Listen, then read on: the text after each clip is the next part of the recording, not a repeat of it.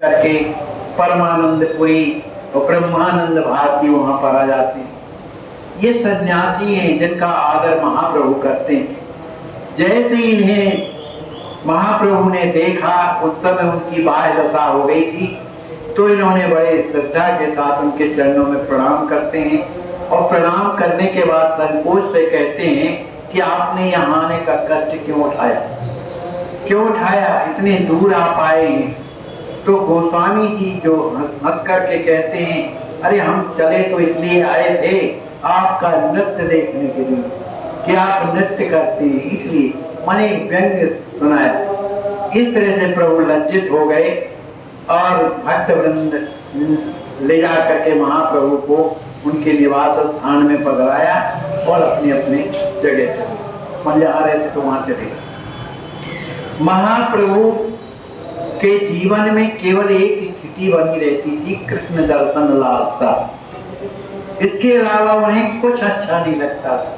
कब श्याम सुंदर का दर्शन हो, कब उनके चरणों का हमें दर्शन हो, कब वो हमें हृदय से लगावें, कब हम उनसे बात करें। मन इस तरह की व्यथा उनके हृदय में भरी रहती। तो कभी संयोग होता है तो कभी वियोग होता है। इस संयोग और वियोग की स्थिति प्रेमियों के हृदय में होती रहती है।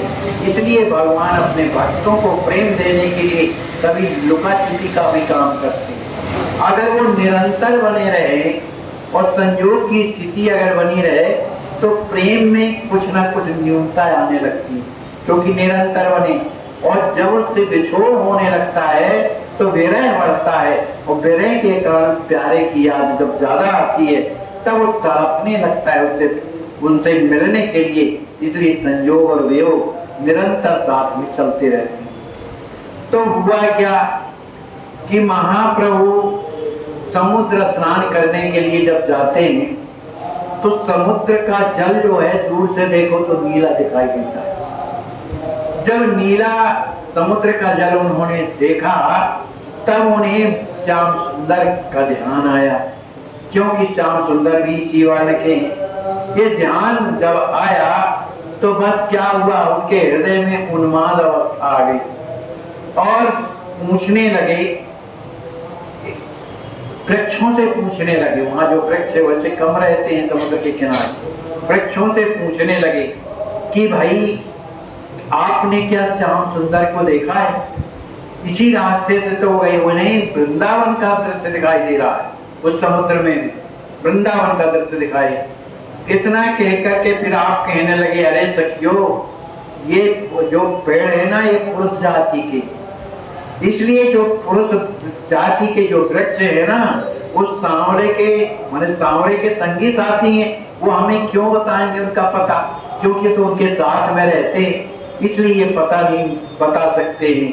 चलो हम लताओं से पूछते।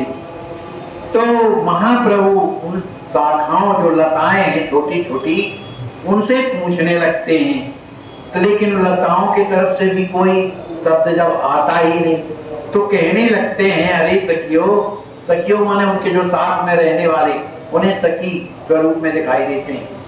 कहती सखियो ये तो कुछ भी उत्तर नहीं देती हैं, है ना, चलो किसी से और पूछते हैं।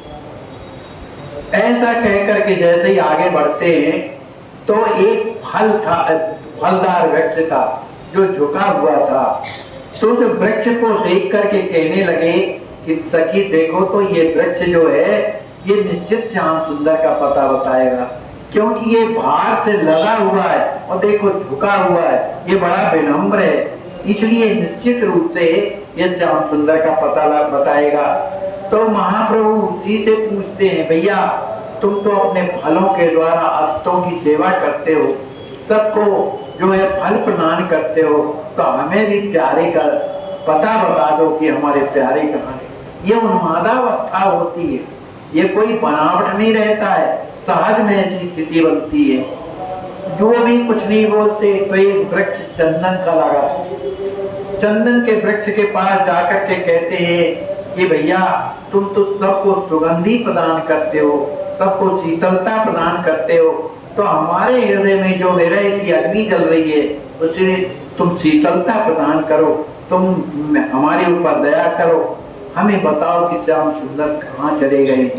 लेकिन वो भी जब कुछ नहीं बोलता तो कुछ लताएं आगे मिलती हैं जिनमें फूल खिले हुए थे। उन फूलों की ओर देख करके लताओं से कहते हैं, अरे प्यारी सखियों, ये प्यारे श्याम सुंदर को बड़े प्रिय लगते हैं फूल, और ये निश्चित रूप से इनका प्रेम उनमें है, ये निश्चित हमें बताएंगे।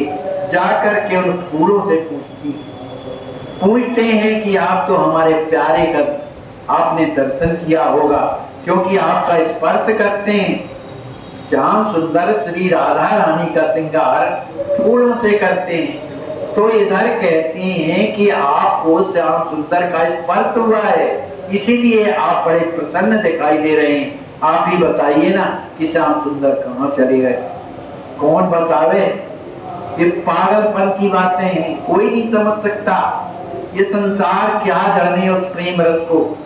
इतने में उधर से कुछ मृग दौड़ते हुए चले जब आ रहे थे, उन्हें देख करके कहने लगे, देखो अरे ये कितनी जल्दी जल्दी दौड़े चले जा रहे हैं, इसका मतलब है कि इन्हें पता है कि श्याम सुंदर कहाँ है, तभी तो दौड़े दौड़े चले जा रहे। अरे भैया हमारी भी बात तो सुनो, तुम लोग कहाँ जा रहे, जब तक झुंड वो निकल गया।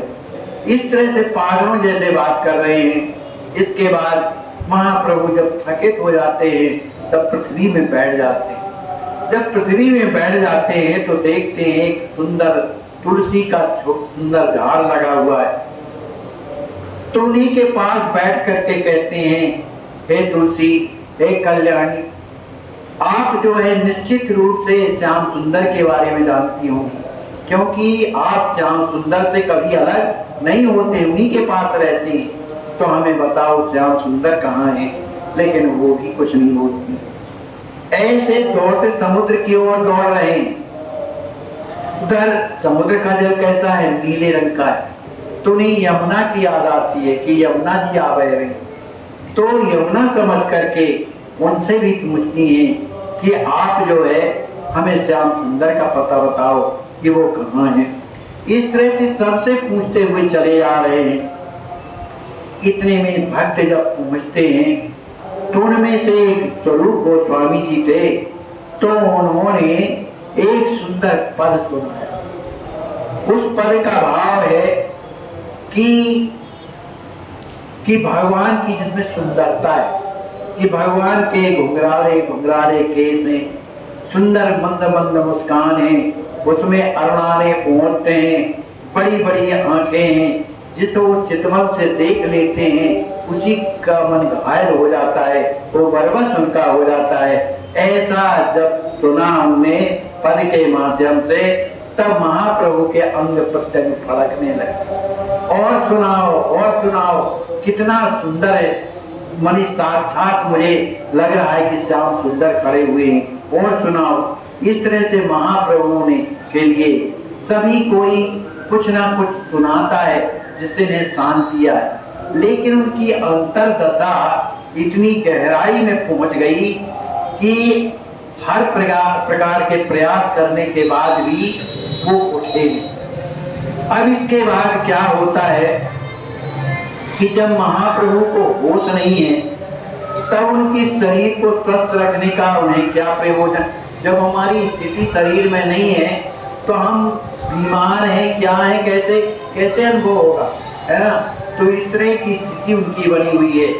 वो एकदम शरीर से अलग, माने शरीर में रह करके भी शरीर से अलग है, उन्हें शरीर का भान नहीं है। इस तरह की स्थिति उनकी बनी है। उनके जीवन में निरंतर क्या स्थिति है? विरह की बनी हुई है। एक घटना श्री रघुनाथ दास जी महाराज ने उनकी प्रत्यक्ष देखा, और इस घटना को सुनकर के लोग विश्वास तो नहीं करेंगे, क्योंकि प्रेम की वो स्थिति है, क्या समझें लोग। लेकिन बड़ी विचित्र घटना घटती है। इस घटना को श्री रघुनाथ दास जी महाराज जो गोस्वामी है, उनका उस घटना का दर्शन किया है और उन्होंने इस बात को लिखी। कहते हैं जब गंभीरा मंदिर जहाँ महाप्रभु विश्राम करते थे रात, देखो जहाँ रेलगाड़ी चलती रहती है तो उधर नजदीक में जो रहने वाले लोग हैं कुछ दिन तक उनको समझ में नहीं आता है, उनकी नींद बार बार खुलती, लेकिन अभ्यास इतना हो जाता है कि रेलगाड़ी निकलती रहती है, खटपट होता रहता है, लेकिन उन्हें नींद बराबर आती है। अगर रेलगाड़ी ना निकले तो नींद खुल जाएगी, क्योंकि वो स्थिति ऐसी होती है।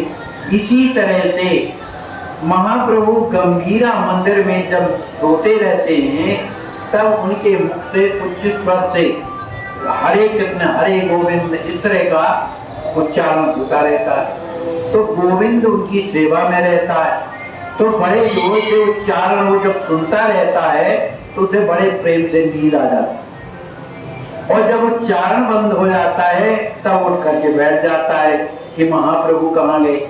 तो उनकी स्थिति भी यही थी कि महाप्रभु बड़े जोर से हरे राम राम राम हरे हरे, हरे कृष्ण कृष्ण कृष्ण हरे हरे बड़े उच्च स्वर से गाने लगते थे। नींद कम ही आती थी। उस नींद झपकी में भी श्याम सुंदर का रचना होता था, कभी ग्रह की स्थिति होती थी, कहीं कुछ स्थिति, तो निरंतर पागलों की जगह मन जैसे बने रहते थे। तो बड़े जोर से जब भगवान का नाम लेने लगते तो गोविंद सो जाता। एक दिन की बात है कि नाम जब बंद हो गया तो गोविंद उठ के बैठ गया कि महाप्रभु क्या कहाँ गए। वो जिस महल में रहते थे उसमें 3 परकोटे थे, 3 परकोटे थे। तो उन 3 परकोटों में अब चूंकि महाप्रभु को देखा कि महाप्रभु नहीं है, महाप्रभु जब नहीं है तो बड़े दुखी होते हैं, वो देखने लगते हैं कि कहाँ गए, और बड़ा भारी भवन था। तो अब वहां पर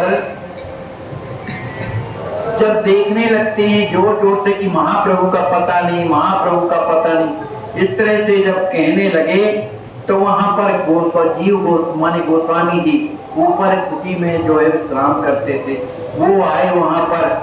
देखो जब कोई वस्तु गुम जाती है और पागलों की तरह वो व्यक्ति बड़ी ढूंढने लगता है, माने कहाँ मिलेगी वहां से टटोलने लगता है। अब महाप्रभु कोई छोटे थोड़ी है कि वहां से टटोले, वो इस तरह से जिस तरह से सुई टटोली जाती है, गोविंद उस तरह का टटोल रहा है। तो गोस्वामी जी ने कहा, रे भाई तुम तो इस तरह से ढूंढ रहे हो जैसे सुई खो गई हो, अरे इस तरह से थोड़ी मिलेंगे, तुम एक काम करो जलाओ कुछ। तो उस समय चकमक चलता था, चकमक पत्थर, माचिस नहीं रहती थी, चकमक पत्थर रहता। उस चकमक पत्थर से अग्नि प्रज्वलित होती थी, फिर दीपक जलाया जाता था। तो दीपक जैसे ही जलाया तो चारों ओर देखा, महाप्रभु का पता नहीं। जो दरवाजे थे पूर्ण रूप से बंद थे, सभी कोई घबरा गए कि महाप्रभु कहाँ गए होंगे। किसी भी दरवाजे में जब जाकर के देखते हैं, कोई भी दरवाजा सब बंद है, लेकिन महाप्रभु का कुछ पता नहीं। अब वो कैसे कहाँ, कौन अनुमान करेगा कि बाहर जा सकते हैं। लेकिन जब दरवाजा खोल करके बाहर जाते बंदा तो मिले नहीं। बाहर जब जाते हैं तो वहां गायों का झुंड था। उन झुंडों में से जब झुंड वहां पर था, और वो क्या एक पूरा जितनी गाय थी एक तरफ मुंह किए हुए थी, सबके जो है पूंछ दिखाई दे रही थी। तो जो गोविंद थे उन्हीं झुंड में, गाय की झुंड में घुस रहे। तो गोस्वामी जी ने कहा कि उधर गायों के झुंड में जाकर के क्या करोगे, चलो बाहर ढूंढते हैं महाप्रभु को, इधर कहाँ होंगे। लेकिन उसे विश्वास था कि महाप्रभु को यहाँ पर हो। वो गायों के झुंड के बीच में जाते हैं तो महाप्रभु को किसी किसी में देखते हैं कि उनके हाथ पैर पेट में धंस गए, कछुए जैसी स्थिति हो गई। उनके जो लंबे लंबे हाथ पैर थे वो सिमट करके पेट में धंस गए हैं, और गायें जो हैं उन्हें चाट रही हैं, प्यार कर रही हैं, दुलार कर रही हैं। हजार भगाने के बाद भी वो गाय वहां से जाती नहीं है, डरती नहीं है। तब गोविंद ने गोस्वामी जी को आवाज लगाई कि आप यहाँ आइए, यहाँ पर पड़े हुए हैं। लेकिन कोई पहचान नहीं सकता था कि महाप्रभु।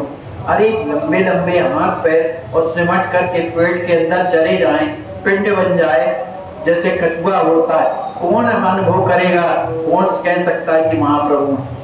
तो वहां पर जीव गोस्वामी जी भी आते हैं। उनकी स्थिति को देख करके दोनों के दोनों रोने लगे कि पता नहीं महाप्रभु कहाँ गए होंगे, ये कैसे पिंड बन गया इनका। बड़े दुखी होते हैं। उनके मन उनके रोने को सुन करके जो और भी अगल बगल के लोग थे सब दौड़े दौड़े वहां पर आते हैं। और जब वहां पर पहुंचते हैं तो गायों को भगाते हैं। गायें बड़े मुश्किल से वहां से भागती हैं। जब वहां पर जाकर के लोगों ने देखा कि ये पिंड क्या पड़ा हुआ है, कोई नहीं जान सकता था कि महाप्रभु पिंड जैसे थे, तो सभी मिल करके और भगवान का कीर्तन करने लगते हैं। जब कीर्तन करने लगते हैं तो महाप्रभु का जो पिंड पड़ा हुआ था वो धीरे धीरे हिलना शुरू होता है। उन्हें जो है कुछ बाह्य स्थिति अनुभव होने लगी। तो जैसे जैसे उनकी बाह्य स्थिति प्रकट होती जा रही है वैसे वैसे उनके हाथ और पैर उस पिंड से निकलते हुए चले जा रहे। और जब उनकी पूर्ण रूप से जब स्थिति शरीर में आ गई तो ज्यों के त्यों वे हो गए। उस स्थिति को देख करके सबने सोचा कि ये भी कोई प्रेम की स्थिति होती है। सबको अचंभा लगता है। किसी तरह से महाप्रभु को वहां से उठा करके और महाप्रभु जहाँ शयन करते थे वहां पर ले जाते हैं। और उस दिन से सभी को बड़ा भय लगने लगा कि पता नहीं महाप्रभु की स्थिति क्या हो जाए। इस तरह से हमेशा जो गोविंद चिंतित बना रहता था कि कहीं ऐसा ना हो कि महाप्रभु के जीवन का कुछ और हो जाए। देखो, जिसको अपने गुरु के प्रति ऐसी निष्ठा होना चाहिए। इधर गोविंद को ना खाना ना पीना ना कुछ अच्छा नहीं लगता है। हमारे गुरु जी की स्थिति हो जाती है, हम क्या करें, चिंतित बना रहता है। तो उनके लिए हमेशा प्रयास करता रहता है कि जिसके कारण महाप्रभु स्वस्थ रहें। इस तरह से अब एक दिन की बात है कि गोस्वामी जी कुछ ऊपर रहा करते थे, कुटी में रहा करते थे। और यहाँ महाप्रभु जो हैं कीर्तन करते करते और इतने उचित स्वर से कीर्तन करते थे कि कीर्तन करते करते वहां धड़ाम से गिर जाते हैं। जब गिर जाते हैं तो गोविंद को लगा कि कहीं कोई और स्थिति ना प्रकट हो जाए। तो उन्होंने गुसाई गुसाई ऐसा कह करके आवाज लगाई। तो वहां पर गुसाई भी आ गए और उन्होंने देखा कि महाप्रभु का संपूर्ण शरीर कांप रहा और उनके मुख से उच्च स्वर से भगवान का नाम निकल रहा है। वो बड़े घबरा गए कि पता नहीं अब क्या होने वाला है। किसी तरह से महाप्रभु के ऊपर जल का छींटा डालते हैं, कानों में भगवान का नाम सुनाते हैं। तब जो है गोविंद बड़े जोरों से चिल्ला चिल्ला करके भगवान का नाम उनके कानों में उन्हें कह रहा है। तब कुछ कुछ उन्हें होश आता है। जब होश आता है तब उनकी स्थिति कुछ ठीक हुई और ठीक होने के बाद फिर भी उन्हें बाह्य स्थिति का कोई ज्ञान नहीं। किसी तरह से जो गोस्वामी जी थे, स्वरूप गोस्वामी जी, उन्हें उनका जो गला था बड़ा सुंदर था। तो उन्होंने गीत गोविंद के 2-4 पद सुनाए। जब 2-4 पद सुनाते हैं जिसमें भगवान का मिलन रहता है, राधा रानी का प्रेम रहता है, श्याम सुंदर का गोपियों के प्रति क्या प्रेम है, ये उसका वर्णन जब सुनते हैं महाप्रभु तब उन्हें बड़ी प्रसन्नता होती है। क्योंकि वो अपने आप को सखी मानते हैं। बड़ी प्रसन्नता होती है। उनके हृदय में श्याम सुंदर का प्रत्यक्ष दर्शन होने लगता है। बड़े प्रसन्न होते हैं। उसी स्थिति में महाप्रभु कहने लगते हैं, भगवान से प्रार्थना करने लगते हैं। कहते हैं, हा हा कृष्ण प्राणधन, हा हा पद्मलोचन, हा हा दिव्य सद्गुण सागर, हा हा श्याम सुंदर, हा हा पीतांबरधर, हा हा रास विलास नागर, कहाँ गेले तोमा पाई तुम्ही है तहाँ आई, यही चली चलिला धन्या। अब ये भाई मराठी जो भी भाषा हो, बंगला भाषा है। इसका मतलब ये है कि हे कृष्ण, हे प्राणनाथ, हे पद्मलोचन, ओ दिव्य गुणों के सागर, ओ श्याम सुंदर प्यारे पीताम्बरधर, ओ राम रमा निवास, कहाँ जाने से तुम्हें पा सकूं?